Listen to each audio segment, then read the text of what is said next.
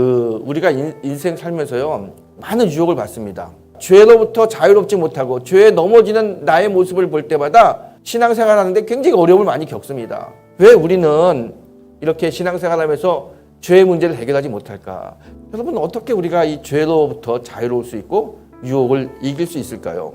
오늘 본문이 그 답을 우리에게 좀 주고 있습니다.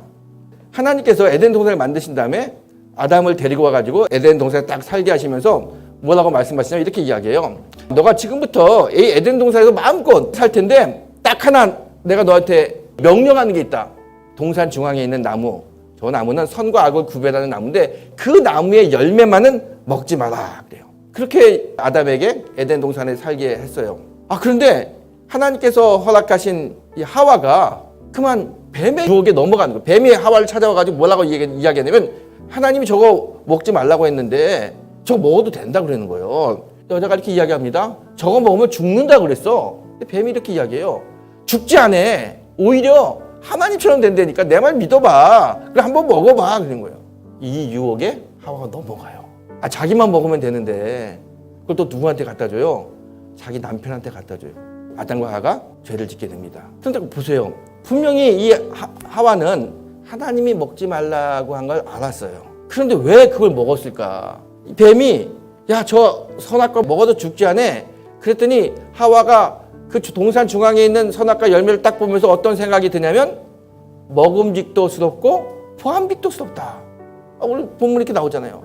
여러분, 유혹이라는 게 굉장히 매력적입니다. 그 또 죄의 특성이 있는데 그게 뭐냐면 죄는 확장성이 있어요. 죄는 정말 금방 퍼집니다. 하와가 곧바로 자기 남편에게 그 죄를 같이 퍼뜨리잖아요. 이 죄는 순식간에 퍼져요. 순식간에. 도대체 누가 이렇게 죄를 자꾸 조종하고 만드느냐? 오늘 본문이 죄의 배후 세력을 분명히 이야기하고 있습니다. 죄의 배후에는 사탄이 있어요.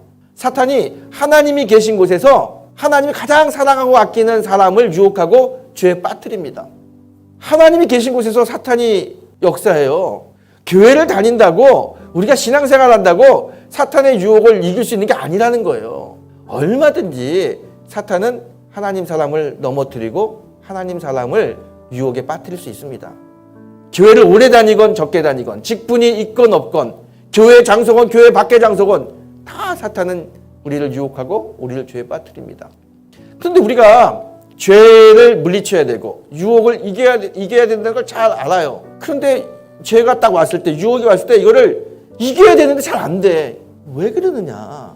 영적으로 보게 되면요, 하나님의 말씀을 정확하게 몰라서 그래요. 오늘 뱀이 하와를 유혹하는데 뭐라고 유혹하냐면 이렇게 이야기합니다. 하나님께서 동산에 있는 모든 나무의 열매를 먹지 말라고 그랬느냐 그렇게 이야기해요. 근데 이 말은 틀린 말이에요. 하나님 뭐라고 말했냐면 여기 있는 나무는 다 나무의 열매는 다 먹되 오직 중앙에 있는 선과 악을 구별하는 선악과만 먹지 말라고 그랬는데 뱀은 그렇게 말해요. 모든 나무의 열매를 먹지 말라고 그랬냐 물어봐요. 말씀을 가지고 물어보는데 이 말씀이 벌써 왜곡돼서 왔잖아요. 잘못된 말씀이잖아요. 그런데 이 하와는 그걸 몰라요. 그리고 하와 자신도 이렇게 대답합니다. 아니, 동산 나무의 열매는 먹을 수 있으나 중앙에 있는 나무의 열매를 먹지 말라고 그랬다. 너희가 죽을까 하노라 그래요. 죽을까 하노라. 창세기 2장 17절에 보게 되면요, 하나님 뭐라고 말씀하셨냐면 동산 중앙에 있는 나무의 열매를 먹지 마라. 먹으면 정령 죽으리라 그랬어요. 정령. 죽는다고 분명히 말했어요. 그런데 하와는 뭐라고 이야기하냐면 죽을 수도 있어. 그렇게 이야기하는 거예요. 말씀이 왜곡되니까 이 사탄이 와가지고 공격하니까 금방 넘어가고 금방 유혹에 빠지는 거예요. 사탄은요, 이 약점을 너무 잘 알고 있습니다. 지금 정말 이 시대가 뭐가 문제냐면요, 우리는 하나님을 경험하고 하나님의 말씀의 능력을 체험한 경험이 없어요. 약해요, 너무. 지금 이 시대가 하나님을 어떻게 합니까? 하와가 아담에게 들어서 하나님의 말씀을 알았듯이 이 시대가 하나님을 아는 거는요, 들어서 알아요. 직접 내가 살아있는 하나님을 만나고 하나님의 역사를 경험한 게 없어요, 없어. 하나님은 안다고 생각했는데 왜곡된 하나님을 아는 거예요. 지금 정말 이 시대가 영적으로 바로 서고 하나님의 뜻을 이 땅에 이루기 위해서 거룩한 교회를 세우기 위해서 우리에게 정말 필요한 것은 하나님을 경험해야 됩니다. 내가 들어서 배워서 아는 하나님이 아니라 체험해서 만나서 아는 하나님, 이게 정말 중요해요. 죽은 자를 살리시고 병자를 일으키시고 무리를 거두시는 하나님이 나의 하나님이냐는 거죠. 우리가 하나님을 경험하는 시대가 됐으면 좋겠습니다. 여러분, 사람은 절대로 죄를 이길 수 없어요. 어떤 누구도 유혹을 이길 수 없습니다. 살아있는 하나님을 만나고 그 하나님을 바라볼 때 우리는 승리할 수 있습니다.